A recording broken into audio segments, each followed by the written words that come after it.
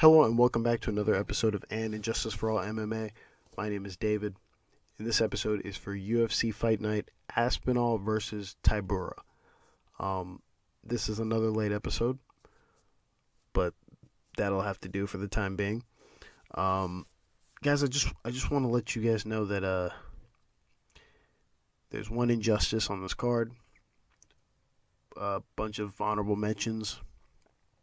But the most important thing I want you to know is that every fight on this card is close. Let's not dabble in the fact that there shouldn't have even been any very few discrepancies on this card, but that you guys are watching Wood versus Fili and you're thinking, yeah, Wood won that 29-28. That's not correct. The correct way to look at that fight is it's very close. It could have gone either way. Nathaniel, how confident were you that you won that fight? Hey, Davey Grant, how confident were you that you outstruck Marcos in all three rounds? It was pretty close. I mean, it was pretty close, really. I mean, Barberena, I mean, you're not getting dominated. It's pretty close. It's a pretty close fight. It's a really close fight. You know what I'm saying? Murphy, those first two rounds, razor close. They could have gone in either direction. They really could have gone in either direction. I'm trying to not be mad anymore. I'm trying to keep my head level because it's hard enough. It's hard enough scoring the fight. It's another thing when you're scoring it and your eyes are not deceiving you, but then your ears are telling you something and your brain is moving in a different direction. I'll give you an example. You're watching the fight and Michael Bisping and Paul Felder and John Gooden, who I like, but this isn't shade to John Gooden. John Gooden is awesome. And I would like to propose a trade where we can trade John Gooden for, where we can swap John Gooden for Brendan Fitzgerald. I think that would be an amazing trade. But regardless of that point, they are in my ear telling me, hey, this is close. I mean, this is really close.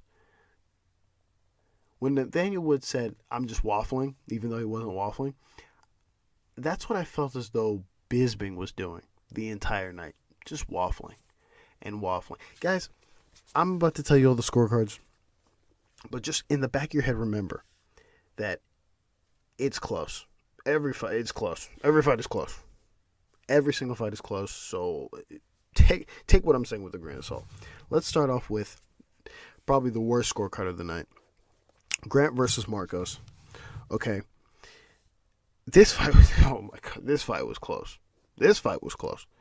My scorecard was 30-27, but it should have said 28-28. 30-27, all three rounds for Grant. I'm just going to skip to the part where basically Grant had a cut on his nose in I think maybe the second round. And apparently commentary was just like, hey, he has a cut on his nose. The judges might think that's significant. And in my head, I'm thinking to myself, oh my God. As much as I want to rag on the commentary for making that statement, they might be right.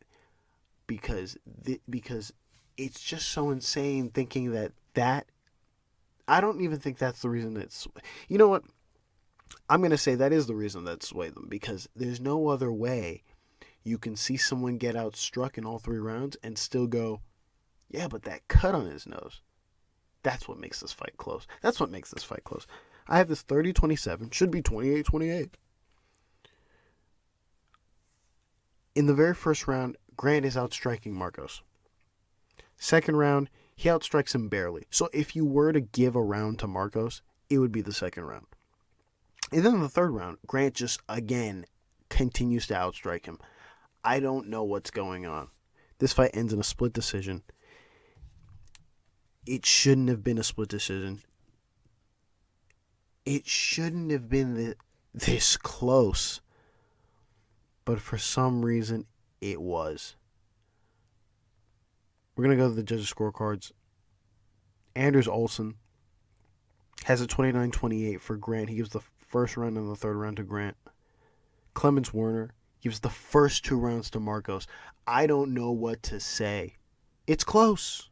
He gives the first 2 rounds to Marcos. It's close. And then Woj, I'm just going to call him Woj gives the first 2 rounds to Marcos as well. I mean, just a routine robbery. And we won't care because there's a cut on Davies' nose. That's what makes it close. Insane. Let's go to the honorable mentions where everything was close. This honorable mention is actually close. I'm going to stop. I'm going to drop kayfabe for a second and actually talk about how close this fight was. This is Bannon versus Brasil. I had this 29-28 for Bannon. Now, you're hearing me and you're probably like, what the fuck, 29-28? The optics are not in my favor, and I'll explain in a second. 29-28 for Bannon. I put a close marker in the second round, so you can argue this 29-28 either way. In that first round, Brazil outstruck Bannon. Simple as that. Second round, Brazil outstruck Bannon on the feet. I want to say by about like 3-4 strikes, and then Brazil got a takedown at the very end of the round, and both were fairly active down there. Now, this is my toss-up round in the sense that when I say she was active, I mean Bannon was active slightly. And granted, this was like a couple seconds on the ground. Bannon was active, and the only shots that Brazil landed down there were maybe a couple shots to the body and just laid on Brazil. I think you could actually argue this round for Bannon. This is where the optics are not in my favor at all. They're just not in my favor at all because Bannon is outstriking Brazil, and then she gets a takedown and does practically nothing with the takedown. Practically nothing. And that kind of wins her the round. And so hence why I put the close marker on it. You go to the third round. Bannon is outstriking Brazil on the feet, in the clinch. She's outstriking her everywhere. Brazil gets a takedown with very little ground and pound. But it's at the end of the round. It's at the very end of the round. And in no way should that affect that third round scorecard. You go to the judges' scorecards. Okay, you go to the judges' scorecards. Mike Bell, he gives the first and the third round to Brazil. Honorable mention to Mike Bell. This scorecard is just screwed all over. He gives the first round to Brazil, makes sense. He gives the second round to Bannon. So he agrees with me. He sees what I'm saying. And then he gives the last round to Brazil. I'm assuming he didn't want if I'm going to be honest here, I'm going to be really honest here. I'm assuming, because if we're just going to be real about this, Bannon is outstriking Brazil pretty much for 4 minutes and 50 seconds. 4 minutes and 30 seconds, whatever. And Brazil gets a takedown and doesn't land enough ground and pound to change this round at all. There's no reason that this third round should be given to Brazil at all. This round belongs to Bannon, but he gives it to Brazil. Honorable mention to Mike Bell. Anders Olsen gives all 3 rounds to Brazil. Honorable mention there. It's a close round. Close fight. Clemens Werner gives the first 2 rounds to Brazil. Last round to Bannon. And there you have it. Next honorable mention. Duncan Ashmouz. I had this 30-27 Duncan. Guys, there's a lot of 30-27s. And for some reason, the judges are just like, fuck it. No 30-27s. Anyways, 30-27 for Duncan. In that very first round, Duncan outstruck Ashmouz, and he had a takedown. In the second round, Duncan again was outstriking Ashmouz as well. And then the third round, Duncan outstruck Ashmouz again. I mean, he just kept piling it on Ashmouz. This is a routine 30-27. I'm amazed when I heard something else. Judges scorecards. Junichiro Kamijo. He gives the second round to Ashmouz. Honorable mention there. That's nonsense. Even though the striking was closer, Ashmouz was still getting outstruck. Dave Letterby has a 30-27, and Daryl Ransom has a 30-27 for Chris Duncan.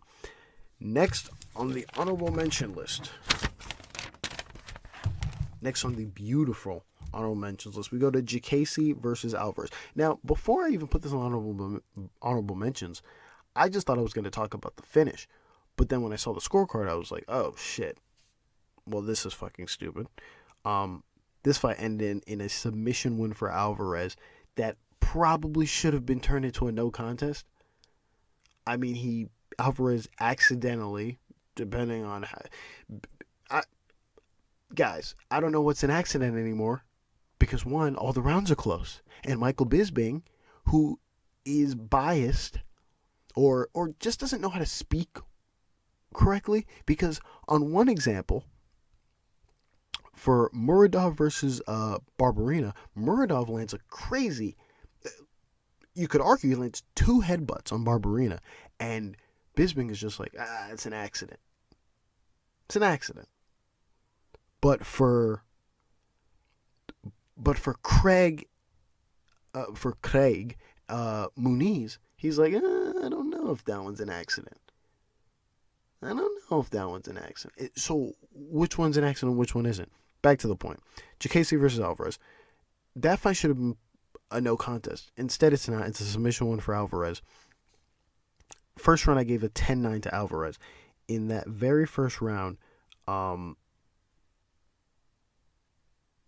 Alvarez had a takedown, and he outstruck Diakiese on the feet. Diakiese had a reversal, but that was pretty much the round.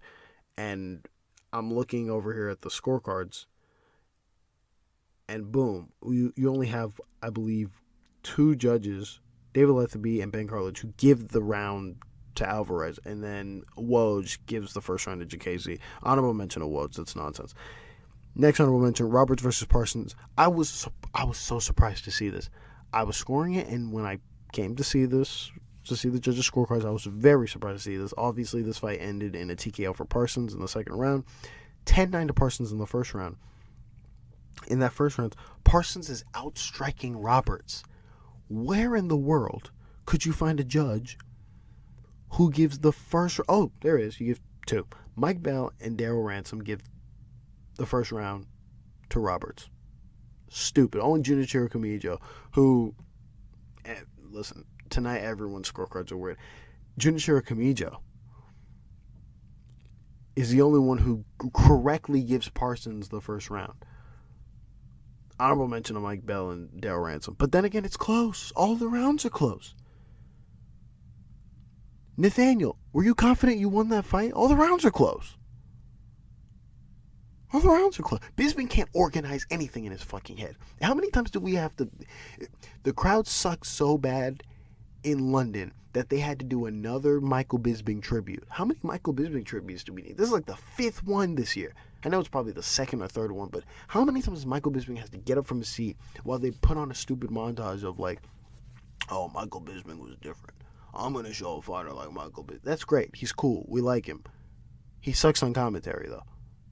But regardless of that point, Michael Bisping wants to continue to ask, hey, that fight was close. You're not scoring it well. He needs to fix his... Let me be careful. He needs to chill out. He needs to watch the... Fuck chilling out. He needs to watch the fights. Dude's not even watching the fights. Let me hurry through this, because I'm going to have a fucking aneurysm. All right. Next honorable mention. Murphy versus Culibao. Guys, this is the reason why I keep doing this close bullshit. Because I'm watching Murphy versus Culibao, and I'm thinking after... I had this 30-27. It's a regular 30-27. And I'm glad the judges had this. But 30-27. Round 1 happens. I'm like, okay, Murphy won that. Round 2 happens. Okay, Murphy won that. Why the fuck am I hearing Paul Felder, Goober, and oh my God, we need John Gooden every night. I swear to God. Why do we have Paul Felder and Michael Bisping talk about, yo, those first two rounds are razor close? You guys aren't watching it. It's almost like they were only watching the clinch positions and then closing their eyes when they were striking on the feet in the middle of the cage. It's insane to me how every time they spoke, it was, yeah, this could go either way. You're not watching anything. You're not watching a single thing. And I'm sitting here like, bro, this is 2-0 Murphy. Like, Culibao could win this third round and it wouldn't fucking matter. Let me tell you what happened. First round, close on the feet, right? They're pretty close on the feet. You give the edge to Murphy because of basically the end of the round and the clinch positions. He's outstriking slightly Culibao, okay? You then go to the second round where Murphy's definitely outstriking Culibao, gets a takedown. Both were active on the ground, but the takedown and him being slightly active on top of Culibao gives him the round. Standard stuff. I don't understand how none of them could even separate this stuff. You then go to the third round, which is the most definitive round, obviously. You go to the third round where Murphy gets 2 takedowns with ground and pound, multiple submission attempts, and he drops Culibao. At first, in real time, before you see the replay, when he throws that leg kick, I didn't see it glance off of his midsection. I thought it hit like his chest nipple area, right? But I knew once Culibao kind of just went down, he did like an Oliveira where he kind of was like, oh fuck, oh my body hurts, let me just pull guard, or not pull guard, but whatever the fuck. I was like, oh shit, he's hurt, right? That's a drop, boom. That's the third round. You go to the judges' scorecards. And these guys, I'm confused. Whatever. David Lethaby, 30-27. Darryl Ransom and Ben Carlidge have it 30-26. They give the third round a 10-8 to Murphy. I don't think Murphy did enough damage to get a 10-8 there. I understand he did a lot. I know what you're saying. Multiple submission attempts, the takedown, whatever. I probably wouldn't have done it, but they give it 10-8. That's cool. There's no need for an honorable mention. It's fine. We go to the next and last honorable mention. This one also pissed me off. It's close. It's close. It's almost like every British fighter that fights is close. Everything's close. Herbert versus Ziam. Guys, it's insane to me how there's so many 30-27s that get made to look like they're close when they're really not close. They're really not close in the slightest. I'm talking Herbert versus Ziam. 30-27 Ziam. 30-27 Ziam. Okay? In that first round, in the very first round, Ziam is outstriking Herbert. He's outstriking him. And then you go into the second round. Both are active in the clinch. It's basically clinch wars where they're both fucking super active. And Ziam barely outstrikes Herbert on the feet and gets a takedown, which Herbert gets up pretty quickly, and he gets a takedown. Then in the third round, Ziam does the same thing where he barely outstrikes Herbert. The real focal point of all three of these rounds is that when they're on the feet, Ziam is getting the better of Herbert. When they're in the clinch, they're both pretty active in the clinch. They're both punching each other, they're both kneeing each other, whatever, right? It's not like one person is just there. And then when it gets to the grappling, it's Ziam that gets the takedowns. That was me chopping it up into segments, but once you put it together in the way I just did through each individual round, it's a 30-27. And for some god-awful reason, if you close your eyes for like 2 minutes or a minute into any of these rounds, guess what? It's a close round. Every round's a close round. I'm done with this fucking shit card. Other than that, that's it. That's all the honorable mentions. Wood versus Fili. I was looking online just now. Apparently that didn't get fight of the night. That's insane. The skeptical part of my brain always says the reason why they probably don't give the actual fight of the nights, or sometimes why the awards are given out to the wrong thing, is the UFC feels sorry, and so they have to give money to certain people because someone either got knocked out badly or whatever. Wood versus Fili is definitely my fight of the night. Craig versus Muniz, that was an amazing fight. That was that was a fun fight, and it ended I didn't think it was going to end in a TKO, but it ended on the ground, which is what I liked. But other than Aspinall just knocked out Tybura basically. Other than that, this fight card was boring. The London crowd was boring. You put 14 billion. It's almost like Apex Part 2. Every time we're in the Apex, it's like, okay, these are boring. You bring it to London every 4 seconds, it's boring. You bring it to Houston every 4 seconds, it's boring. You bring it to Florida every 4 seconds, it's boring. The UFC this crowd was so shit. The fights were so lacking, especially the prelims, that the whole mood of this whole card was just terrible. That's pretty much it. Thank you all for listening. Everything's close, and God bless.